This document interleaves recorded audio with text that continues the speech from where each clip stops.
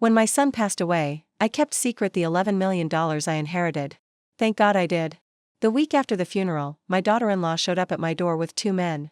What she tried to do left me in shock. Subscribe to the channel for more stories like this and comment the city you're watching from. My name is Judy, and I'm 62 years old. 3 weeks ago, I buried my only son Michael.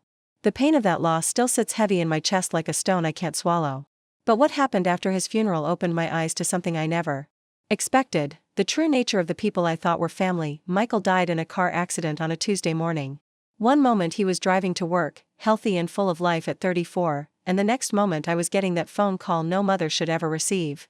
The officer's voice was professional but gentle when he told me my son was gone.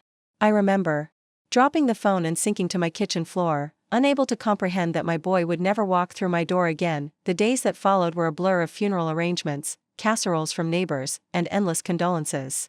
But through it all, I noticed something strange about Scarlett, Michael's wife of 8 years. While I could barely function through my grief, she seemed almost businesslike in her approach to everything. I first noticed it when we were at the funeral home selecting a casket. While I was sobbing over the choices, overwhelmed by having to make such horrible decisions, Scarlett was asking the funeral director about insurance policies and payment procedures. When he mentioned that Michael's life insurance would cover the costs, I saw something flicker in her eyes, not relief, but calculation. "Did Michael have other policies?" she asked, her voice steady while mine was still thick with tears. "I mean, through work or anything else?" The funeral director looked uncomfortable. "Ma'am, those are conversations you'd need to have with the insurance companies directly." But Scarlett pressed on. "What about his bank accounts? I need to know how to access everything." I was too devastated to think much of it at the time. People handle grief differently, I told myself. Maybe she was trying to stay busy to avoid the pain. Maybe dealing with practical matters was her way of coping. The funeral itself was beautiful. Michael had so many friends and colleagues who came to pay their respects. He was a good man, kind, generous, always helping others. As people shared stories about him, I felt proud of the son I'd raised, even through the crushing weight of my loss. But again, I noticed Scarlett's behavior. Instead of standing with me receiving condolences, she was moving through the crowd having hushed conversations. I caught glimpses of her talking to Michael's coworkers, asking questions about his job, his benefits, his retirement accounts. When his boss mentioned something about Michael's recent promotion and salary increase, Scarlett's attention sharpened in a way that made me uncomfortable. After the service, as people gathered at my house for the traditional meal, Scarlett cornered Michael's friend Dave, who worked in the same accounting firm. "Dave, I need to ask you something," she said, pulling him aside near my kitchen. "Did Michael ever mention having investments or savings I might not know about? He was always so private about money." Dave looked puzzled. "Scarlett, wouldn't you know about your own family's finances?" She laughed, but it sounded forced. "You know how men are about these things. Michael handled all of that. I'm just trying to figure out what we have for the kids' future." That conversation bothered me more than I could explain at the time. Scarlett had always been involved in their finances. She was the one who balanced their checkbook, who complained about expenses, who made most of their financial decisions. Why was she pretending otherwise? The real moment that changed everything happened 3 days after the funeral. I was cleaning out Michael's home office, a task I'd been dreading but knew had to be done. Scarlett had offered to help, but I needed some time alone with my son's things. As I went through his desk drawers, I found a sealed envelope with my name on it in Michael's handwriting. Inside was a letter dated just 2 weeks before his death, along with legal documents that made my hands shake as I read them. "Mom," the letter began, "if you're reading this, something has happened to me. I've been worried about some things lately, and I want to make sure you're taken care of. I've updated my will and life insurance policies. Everything is going to you, the $11 million from my trust fund that Dad left me, plus my life insurance and savings. I know this might seem strange, but I have my reasons. There are things about Scarlett that you don't know, things I've been discovering, that worry me. I can't get into details in a letter, but I trust you to use this money wisely and to take care of Emma and Jake if something ever happens to their mother. Please don't tell anyone about this inheritance until you've spoken with my lawyer, Robert Chen. His number is attached. I love you, Mom. You were always the best part of my life." I had to read the letter 3 times before the words sank in. $11 million. Michael's father had left him a trust fund that matured when he turned 30, but he'd never talked about the exact amount.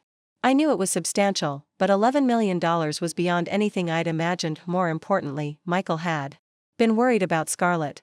Worried enough to change his will and leave everything to me instead of his wife. That revelation hit me like a physical blow. What had he discovered about the woman he'd married?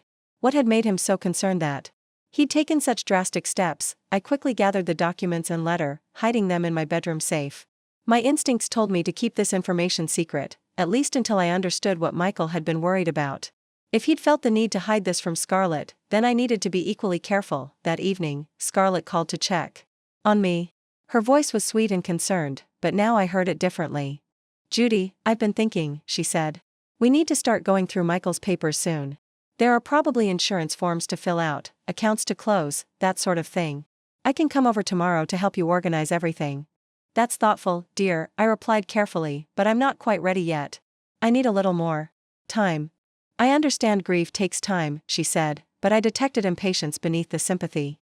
"It's just that some of these financial things have deadlines. We don't want to miss out on anything that could help secure the children's future." The children. Emma was 6 and Jake was 4, Michael's beautiful babies who had just lost their father. Whatever Scarlett was planning, I had to make sure it didn't hurt them. After hanging up, I called the number Michael had left for his lawyer. Robertson answered on the second ring, and when I identified myself, his voice became immediately serious. "Mrs. Morrison, I've been expecting your call. Michael asked me to handle some very specific arrangements in case anything happened to him. Can you come to my office tomorrow morning? We need to discuss some important matters privately." That night, I lay awake staring at the ceiling, my mind racing. My son was gone, and now I was learning that his marriage might have been built on lies. The woman I'd welcomed into our family, the mother of my grandchildren, was already circling. Like a vulture looking for money she didn't even know existed, but Michael had been smart. He'd protected me, and in doing so, he'd given me the power to protect his children. As I finally drifted off to sleep, I made a promise to my son's memory: whatever Scarlett was planning, she wouldn't succeed. I would be ready for her. The meeting with Robertson confirmed my worst fears and gave me the tools to handle what was coming. His office was quiet and professional, filled with the kind of heavy wooden furniture that suggested decades of handling serious family matters. When I walked in that Tuesday morning, exactly 1 week after Michael's funeral, Robert's expression was grave. "Mrs. Morrison," he said, gesturing for me to sit in the chair across from his desk, "Michael came to see me 6 weeks before he died. He was deeply concerned about some discoveries he'd made about his wife." My heart sank. "What kind of discoveries?" Robert opened a thick file folder. He'd found evidence that Scarlett had been systematically researching his financial assets. She'd hired a private investigator to look into his trust fund, had been photographing documents in his office, and had even contacted his previous employers asking about retirement benefits and life insurance policies. I felt sick. She was planning something. Michael believed she was preparing for a divorce designed to maximize her financial gain, Robert continued. But more concerning, he'd found communications between her and someone named Marcus Webb, a man she'd been involved with before marrying Michael. The correspondence suggested their relationship had never really ended. The betrayal hit me like a physical blow. Not just the adultery, but the calculated nature of it all. Scarlett hadn't just been unfaithful, she'd been plotting. "That's why he changed his will," I said, understanding flooding over me. "Exactly. Michael left everything to you with specific instructions.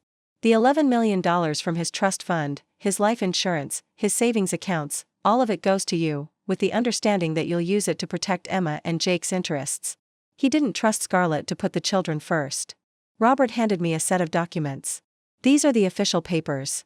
The inheritance is already in motion, the life insurance has been processed, and the trust fund transfer will be complete by the end of this week." But Michael was very specific. "About one thing, you are not to tell anyone about this money until Scarlett shows her true intentions." "What do you mean?" "He believed she would try to manipulate you, pressure you, possibly even threaten you to get access to money she thinks exists. He wanted you to see exactly who she really is before you decide how to handle the situation." I left Robert's office with mixed emotions, grief over Michael's suspicions being confirmed, but also a strange sense of empowerment. My son had protected me, and now I had the resources to protect his children. I didn't have to wait long to see what Michael meant. That very afternoon, I was in my kitchen making tea when I heard a car pull into my driveway. Through the window, I saw Scarlett getting out of her SUV, but she wasn't alone. 2 men in dark suits emerged from the vehicle with her, carrying briefcases and looking like they meant business. My heart started racing. This wasn't a casual visit from a grieving daughter-in-law. This was something else entirely. The doorbell rang, and I took a deep breath before answering. Scarlett stood there with her practiced smile, but her eyes were cold and calculating. "Hi, Judy," she said, her voice artificially sweet. I hope you don't mind, but I brought some people to help us organize Michael's affairs. This is Mr. Thompson and Mr. Rodriguez, they're financial consultants who specialize in estate planning. The two men stepped forward, and I immediately felt uncomfortable. Something about them seemed off, their suits were expensive but ill-fitting. Their business cards looked freshly printed, and when Mr. Thompson spoke, his accent didn't match the name on his card.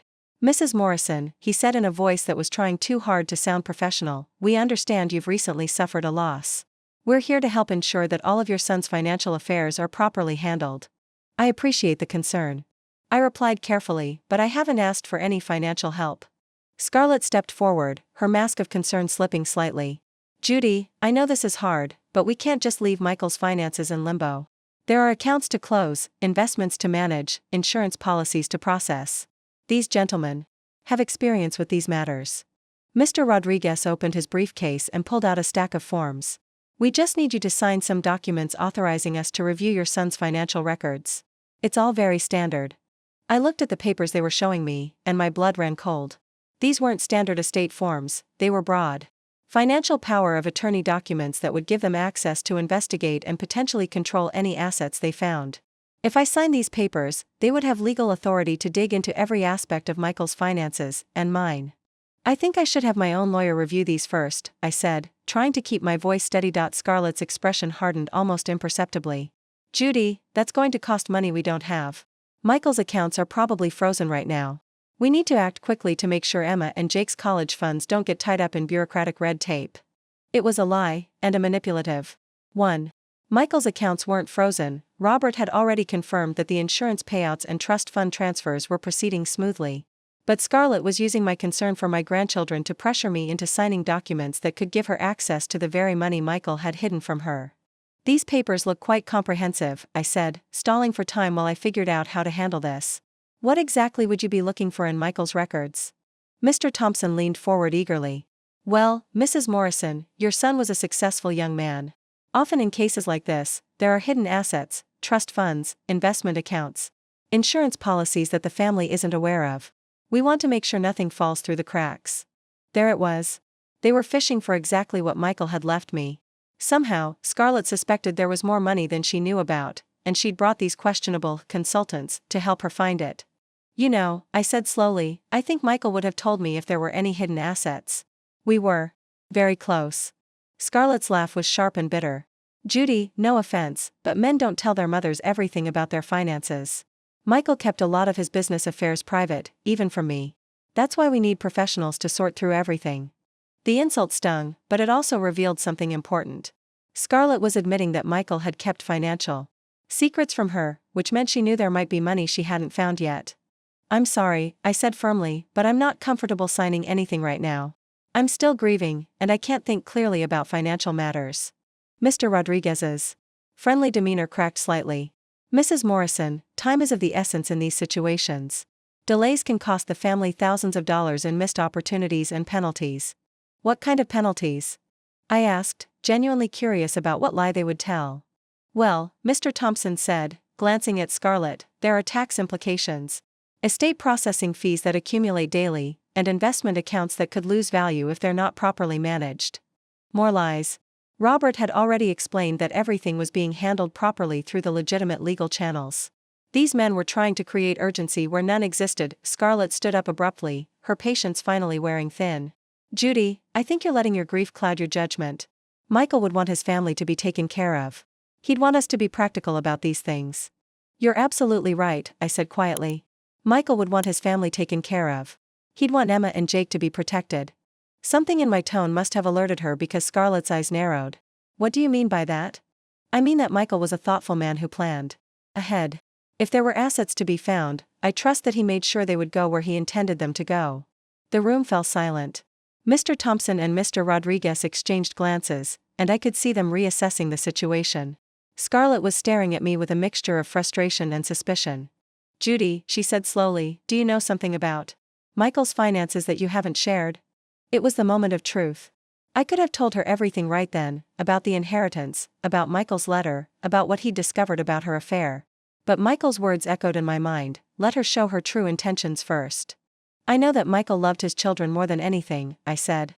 And I know that he would have made sure they were provided for, no matter what happened to him. Scarlett's mask finally slipped completely. Her voice became cold and demanding. Stop speaking in riddles, Judy. If you know about money that belongs to this family, you need to tell me right now. Money that belongs to this family? I repeated. Interesting choice of words. She realized her mistake immediately, but it was too late. She'd revealed that this wasn't about helping me or protecting the children, this was about money she believed she was entitled to. The two men were packing up their briefcases, clearly uncomfortable with how the conversation had turned. Mr. Thompson stood up first. Mrs. Morrison, we'll leave our cards with you.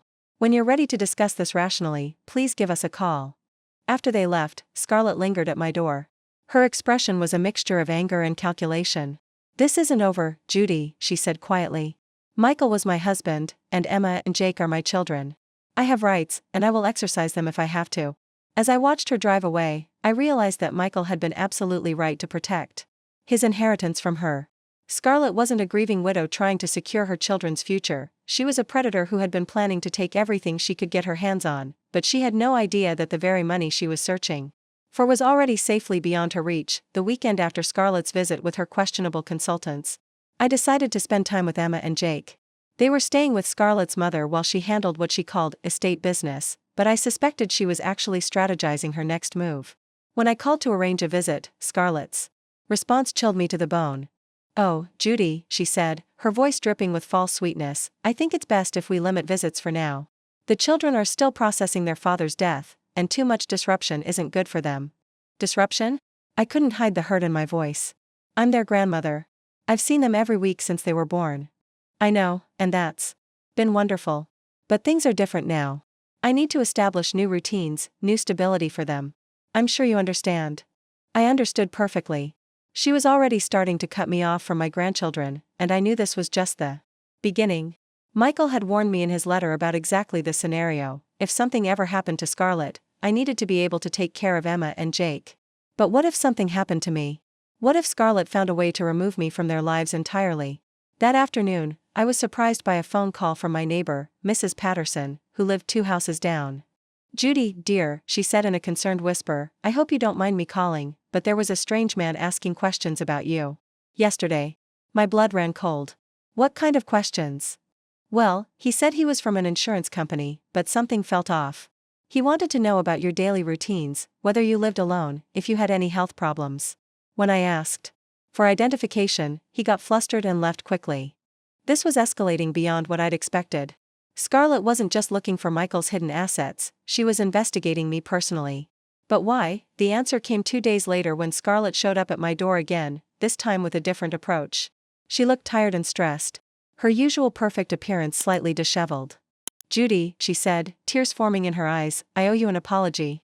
I know the other day was awkward with those consultants. I was just so overwhelmed with everything.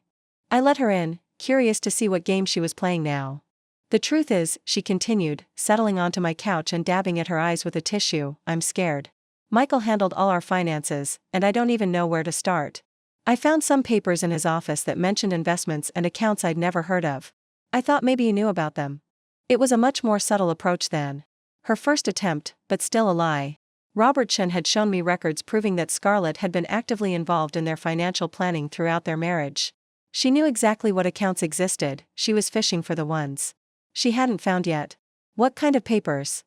I asked, playing along. References to trust funds, mentions of meetings with financial advisors I'd never met.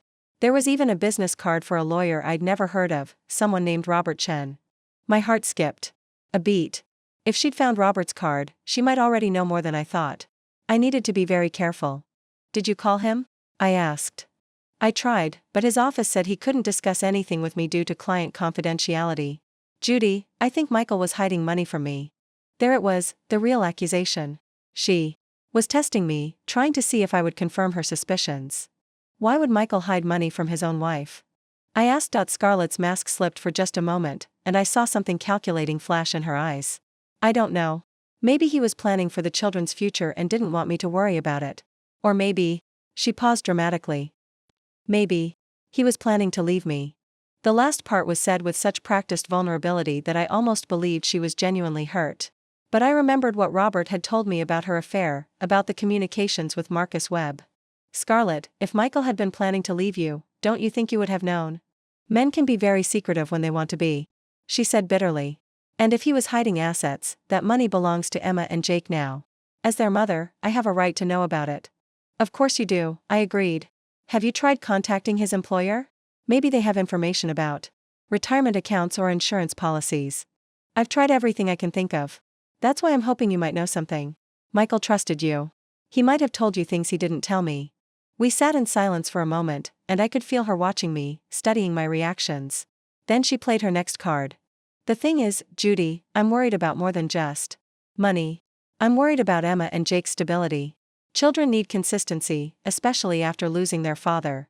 They have consistency, I said. They have both of us. But do they? Her voice became softer, more manipulative. Judy, I hate to say this, but I've been concerned about you since Michael's death. You seem confused sometimes. Disoriented. The accusation hit me like a slap. What are you talking about? The other day when I called, you seemed to forget that we'd already discussed the children's schedules. And Mrs. Henderson mentioned that you seemed lost when she saw you at the grocery store last week. Mrs. Henderson was Scarlett's friend, and I was certain no such conversation had taken place. This was a deliberate campaign to make me question my own mental state. I think grief affects everyone differently, I said carefully. Of course it does. That's why I'm worried that you might not be thinking clearly about important decisions right now. Financial decisions, especially. The threat was subtle but clear. She was laying groundwork to challenge my mental competency if I didn't cooperate with her plans. What are you suggesting, Scarlett? I'm suggesting that maybe we should work together on this.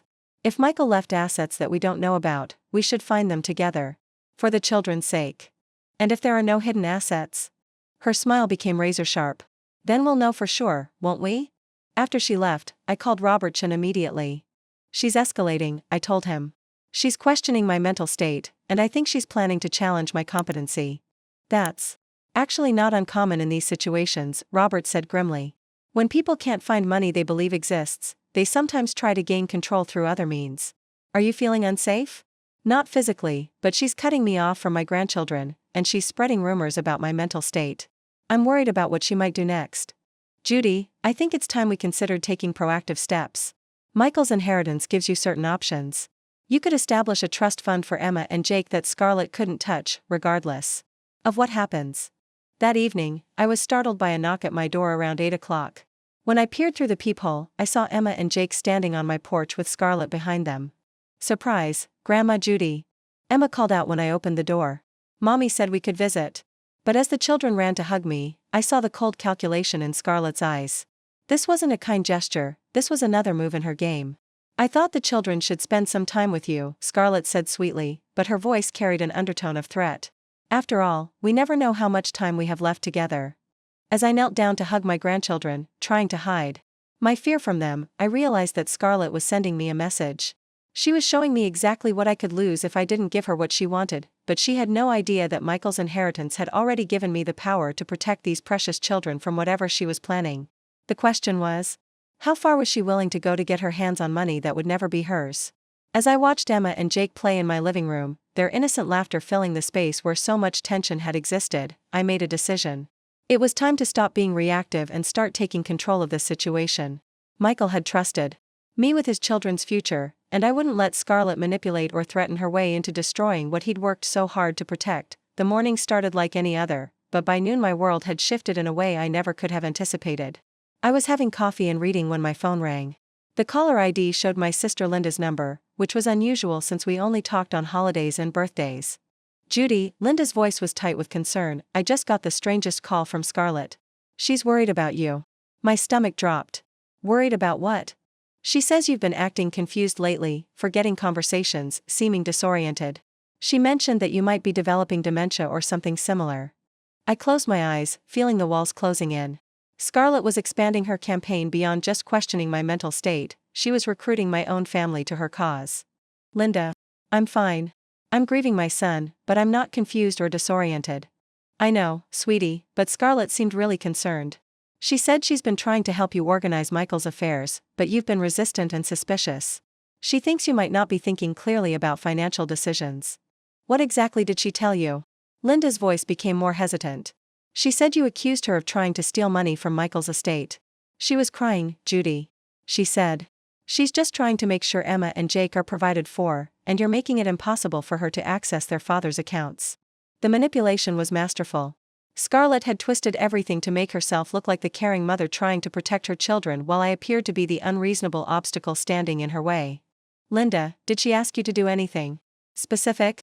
Well, she mentioned that you might need someone to help you make important decisions right now. She asked if I thought you should maybe have someone with power of attorney to help manage things until you're feeling better. There it was. Scarlett was trying to build a case for having my decision-making capacity legally challenged. If she could get family members to agree that I was mentally incompetent, she could potentially gain control over any assets I had access to. I need you to trust me on this, I said firmly. Scarlett is not who she appears to be. I can't explain everything right now, but I need you to not agree to anything she suggests. Linda was quiet for a moment. Judy, you're scaring me. This doesn't sound like you. After I hung up, my phone immediately rang again. This time it was my nephew Paul, Linda's son. Aunt Judy, I just talked to Mom. She's really worried about you.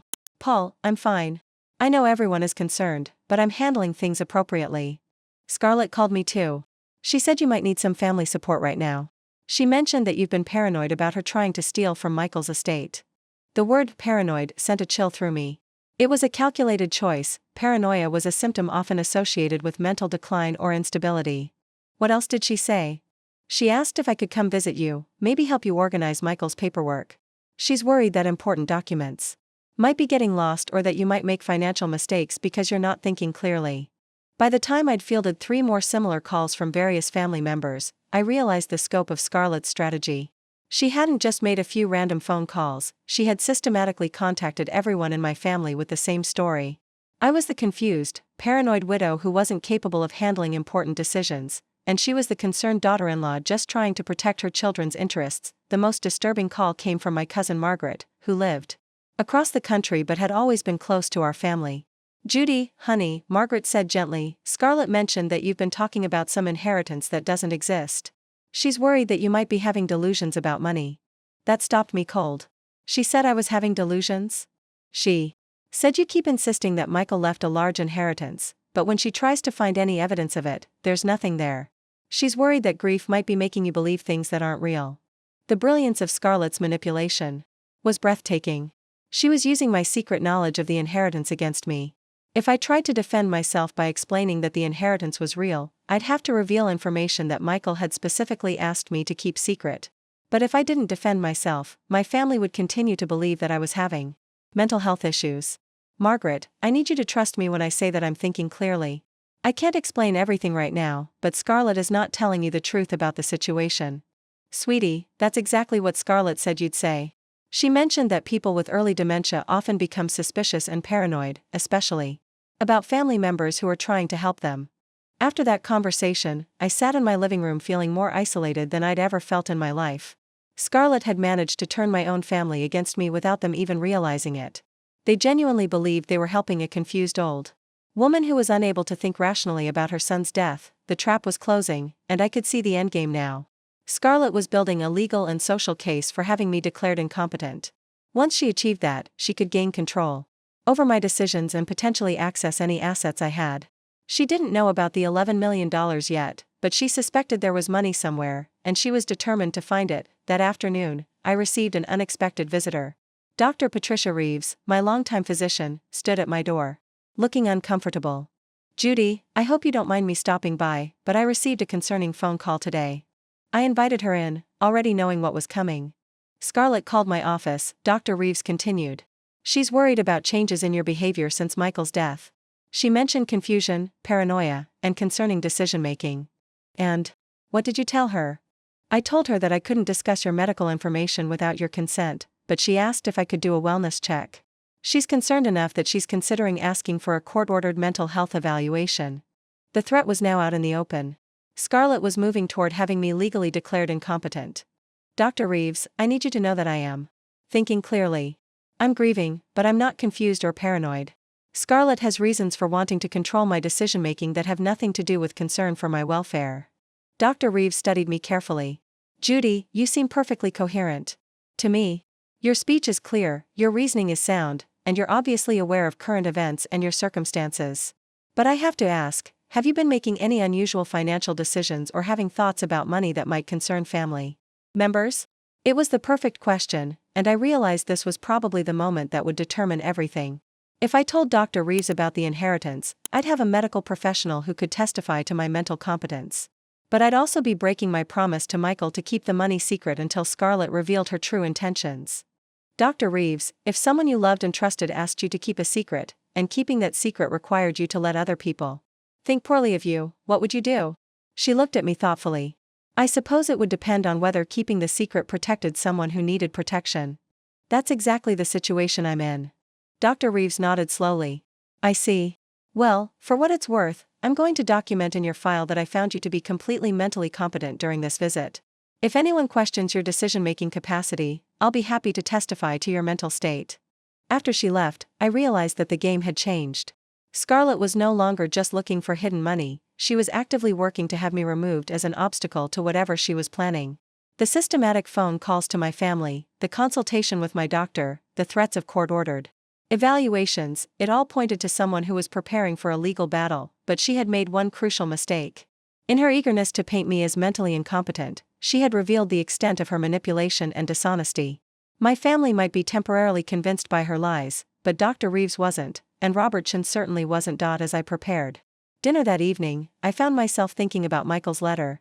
He had predicted that Scarlett would show her true intentions, and he had been absolutely right.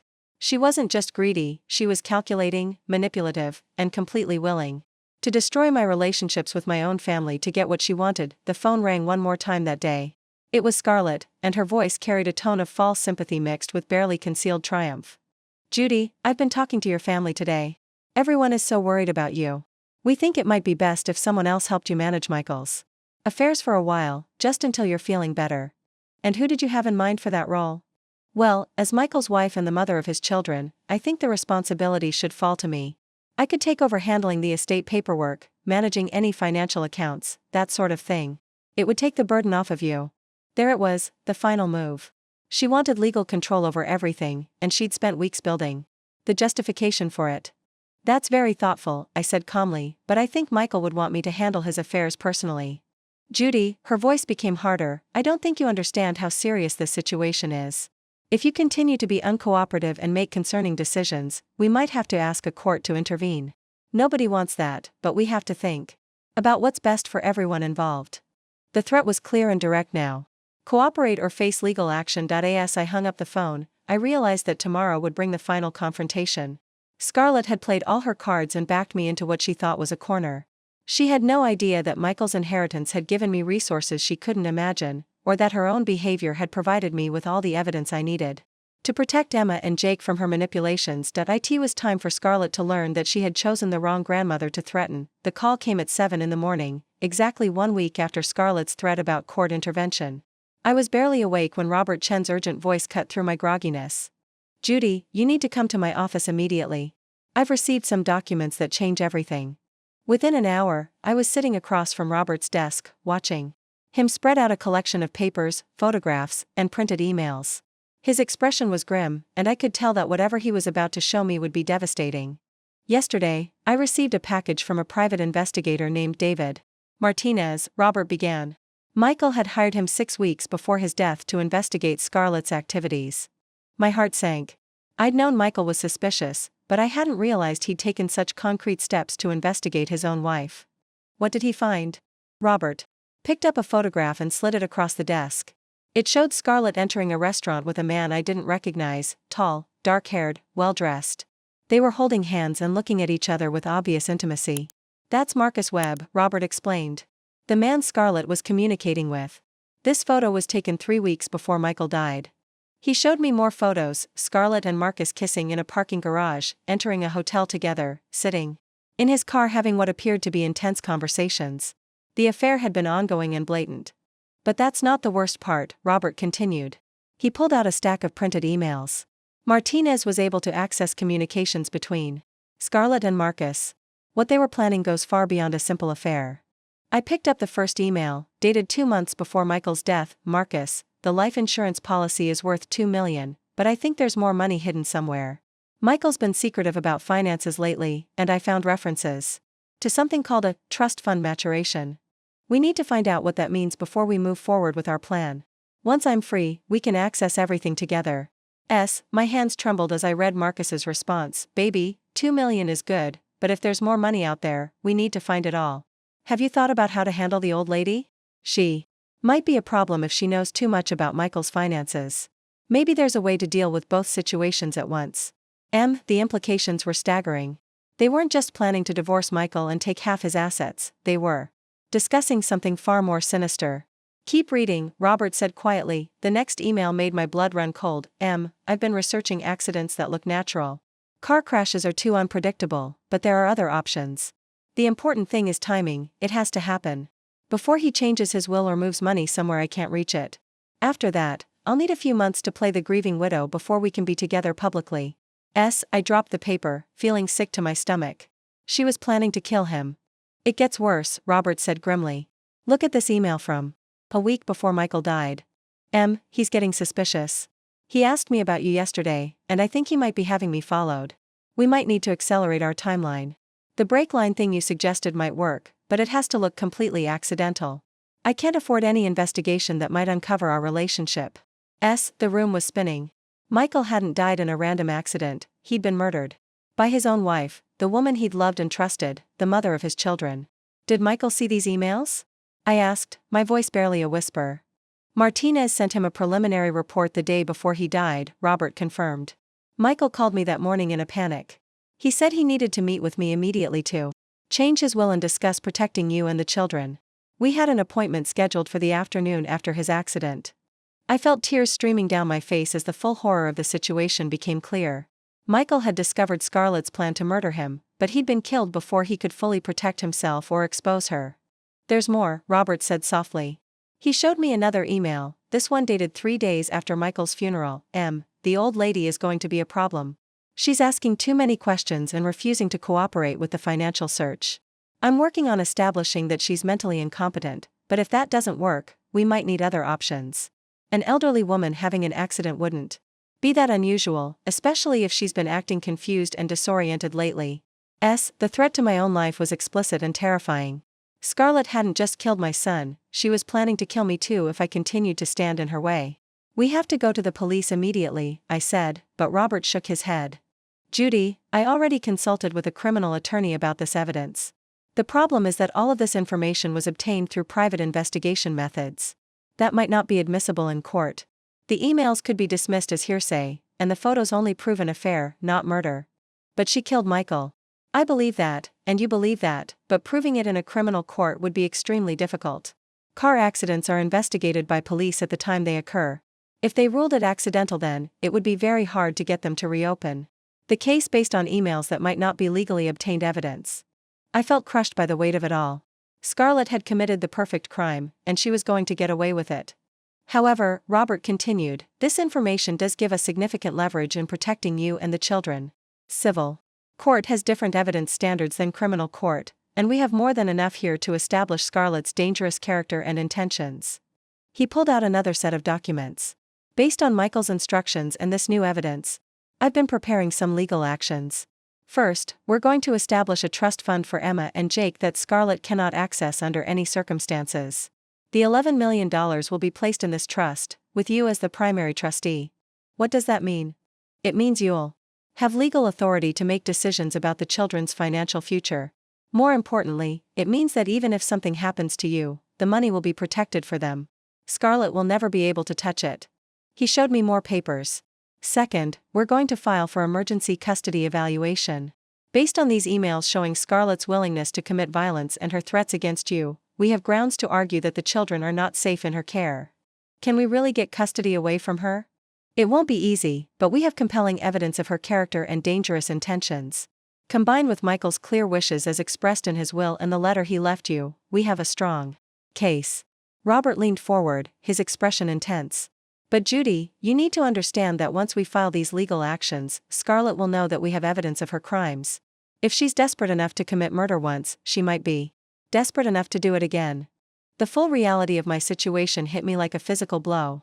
I wasn't just dealing with a greedy, manipulative daughter-in-law, I was dealing with someone who had already killed once and was prepared to kill again. What do you think I should do? I think we need to force her hand before she has a chance to hurt you or the children. Tomorrow, I want you to call her and arrange a meeting. Tell her you've decided to cooperate with her financial investigation and that you have some information she needs to know.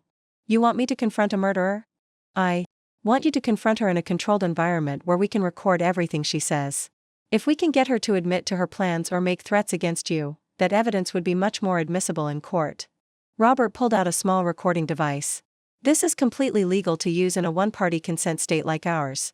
If Scarlett makes any admissions or threats during your conversation, we'll have evidence that could be used both in civil court and potentially to reopen the criminal investigation. As I left Robert's office that morning, clutching the recording device and a thick folder of evidence, I realized that my quiet life as a grieving mother and grandmother was over. I was now a target for murder, just like my son had been, but I was also the only thing standing between Scarlett and my grandchildren's future. Michael had trusted me with his inheritance not just because he wanted to provide for Emma and Jake, but because he'd known that I would be strong enough to protect them from their own mother. That evening, I called Scarlett. When she answered, her voice was sickeningly sweet, as if our previous conversations about my mental competency had never happened. Judy, how nice to hear from you. How are you feeling? I've been thinking about our conversation, I said carefully. About Michael's finances and the children's future.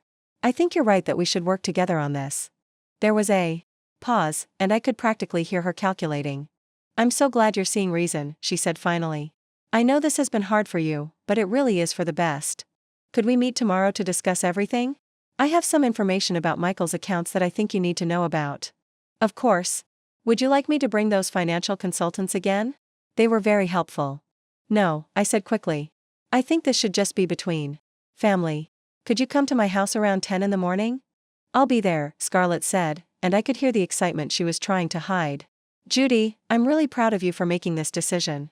Michael would be happy to see us working together for his children's sake. The hypocrisy of that statement, coming from the woman who had murdered him, made my stomach turn.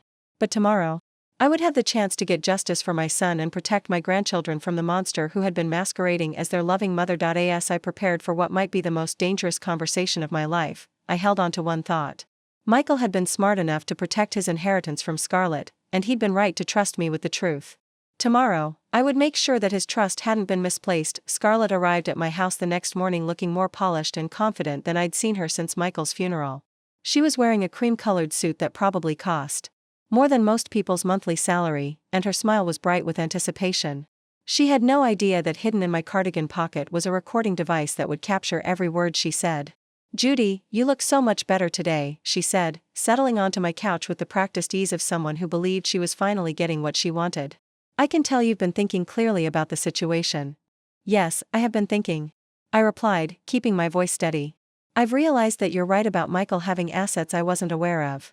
Her eyes sharpened with interest. I knew it. What did you find?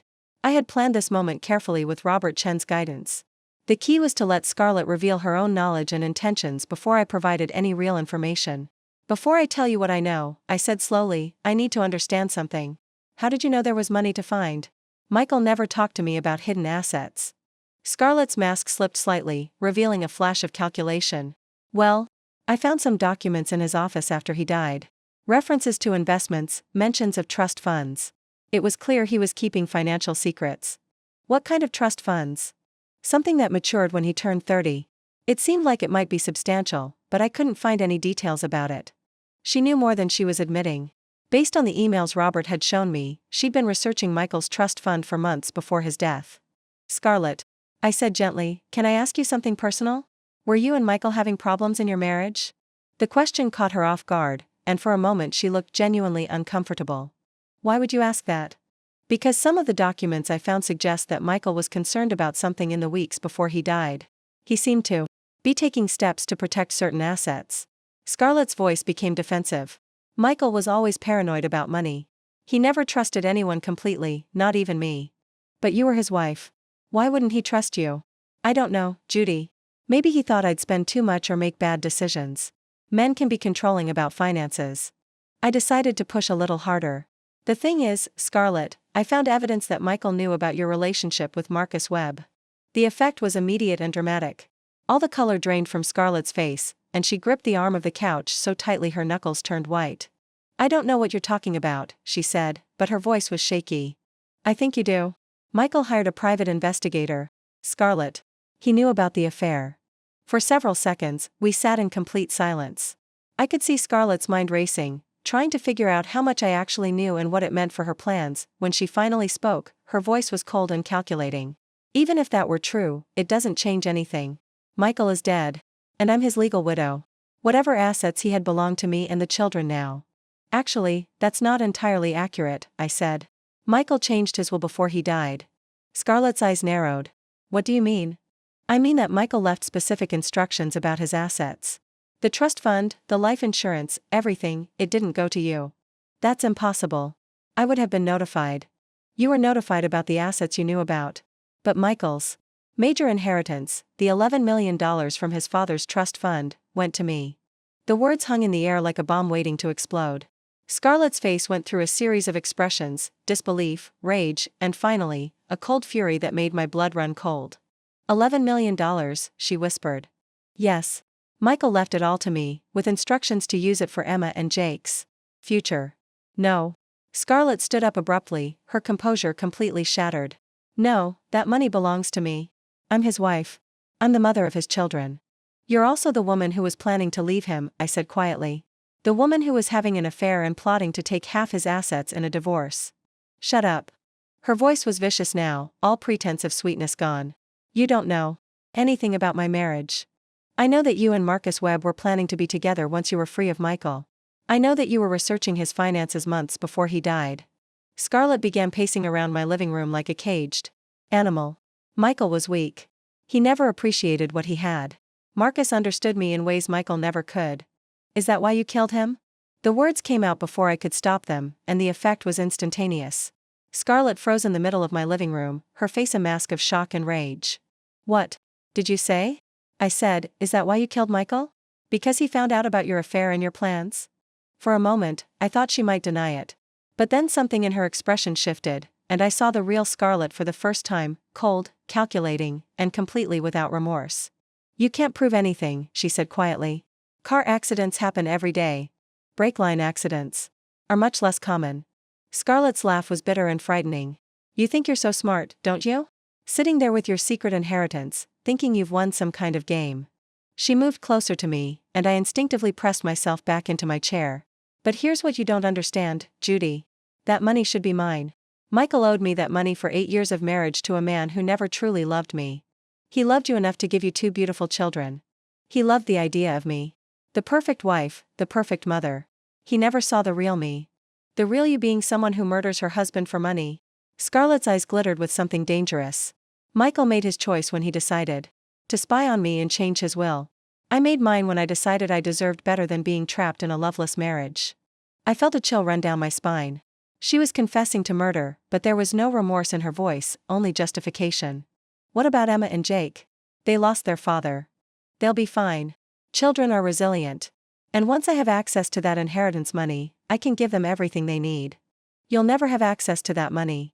Scarlett's expression became predatory. We'll see about that. You're an old woman, Judy.